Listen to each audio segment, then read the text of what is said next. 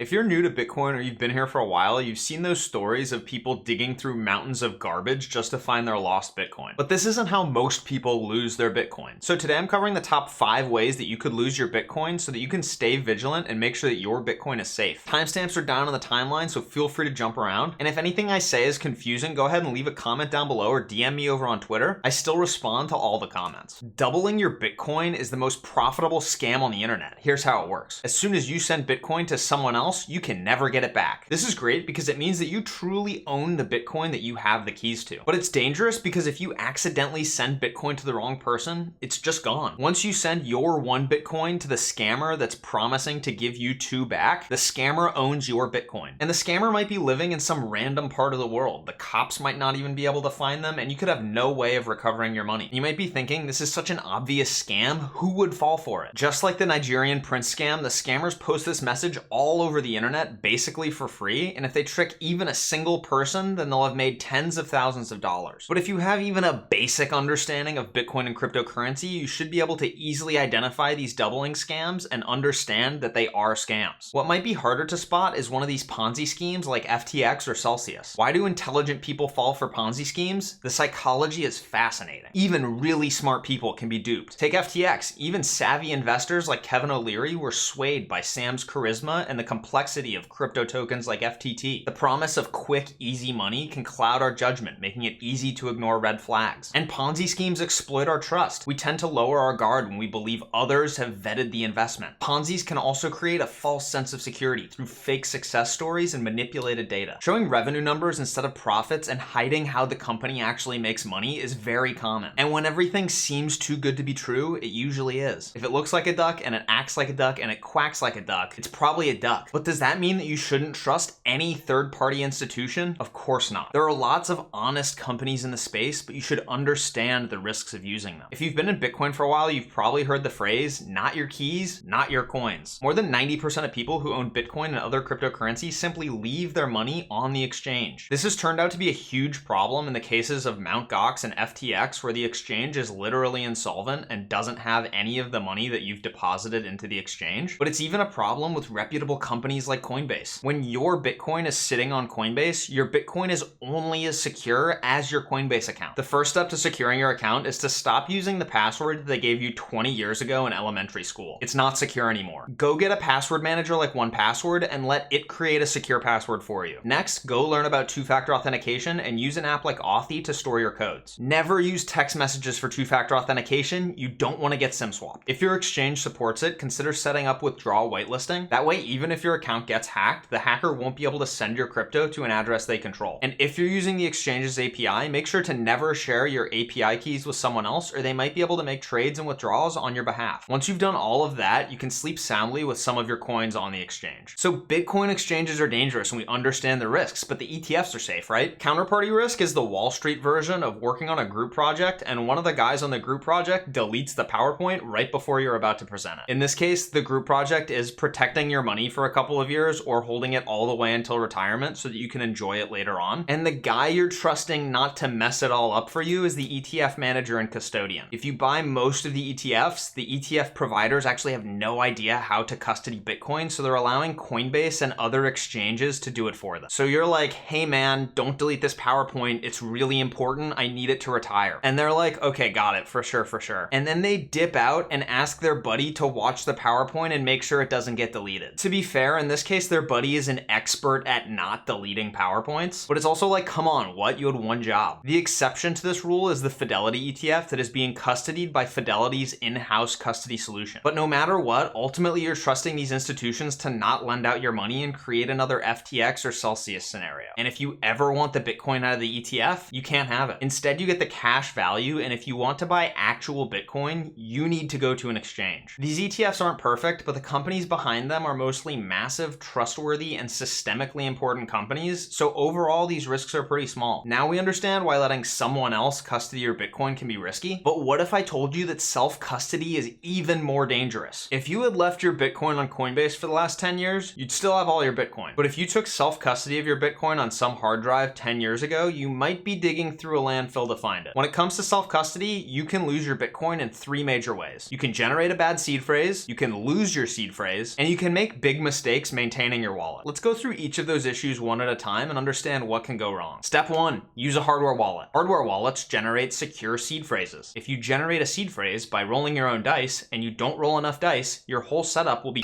And if that doesn't make any sense to you and you want to learn more, check out the video up in the cards and down in the description. And if that sounds ridiculously complicated to you and you're like, who in the Sam Hill would roll dice to generate a seed phrase? You're exactly right. The more complicated and non-standard your custody solution is, the harder it's going to be to recover when something goes wrong. So please just use a hardware wallet and let it generate the seed phrase for you. Step 2, don't lose your seed phrase. To keep your seed phrase safe, back it up on metal plates. Links to the ones I use are down in the description. You shouldn't store generational wealth on a piece of paper in your sock drawer. And if you're storing an amount of money that would ruin your life if you lost it, you should use a multi-sig. Instead of putting all of that money in one hardware wallet, put it into 3 hardware wallets or put it into 5 hardware wallets. And consider involving a trusted third party like Unchained Capital or Casa. Step 3, don't mess it up. Self-custody is a powerful tool, but it needs to be maintained well. Keep your hardware device firmware up to date by using it a couple times a year. Consolidate your UTXOs when fees are low to keep your coins fresh. Link in the description if that doesn't make any sense. And don't do anything dumb like take a picture of your seed phrase and put it on the internet. Cold storage needs to stay off the internet. Once all of that's sorted out, the only thing you have left to worry about is every hacker on the planet trying to steal your money. Malware is a massive problem in Bitcoin. There are even viruses that can infect what you're seeing on the screen of your computer. The virus might be showing you that you're sending your Bitcoin to a friend, but what could be happening behind the scenes of the virus is that you're sending your Bitcoin to an address controlled by the hacker. That's why it's so important to double check the addresses that you're sending and receiving Bitcoin to on a hardware device. Most hardware devices have secure elements and have never been connected to the internet, so they're safe from most malware. But the biggest issue is with keyloggers. A keylogger virus records every keystroke you take on a computer. It's like a ghost in your computer that snitches on everything you do. This includes your passwords, Bitcoin addresses, and bank information. And with that data, hackers can take advantage of your situation and steal your Bitcoin. To stop these hackers in their tracks, you should be scanning with anti-malware software. The one that I personally use is Malwarebytes. This is not a sponsored video. It's just one that I've used for over a decade now. It's free software and it can scan your computer to make sure that there's no malware on it. But you should also take steps to identify and avoid clicking on suspicious links around the internet. If you don't recognize where a link is taking you, don't click on it. Malware is always going to exist. The best we can do is be aware of it and take steps to fight against it. The final way you'll lose Bitcoin is the most common way that people lose Bitcoin. Your biggest risk in all of this is yourself. 99% of people who lose money in Bitcoin lose it by day trading. Day trading in crypto is like day trading on steroids. Everyone wants to buy low and sell high, sometimes on price movements that happen in only a few hours or even a couple minutes. It sounds easy, right?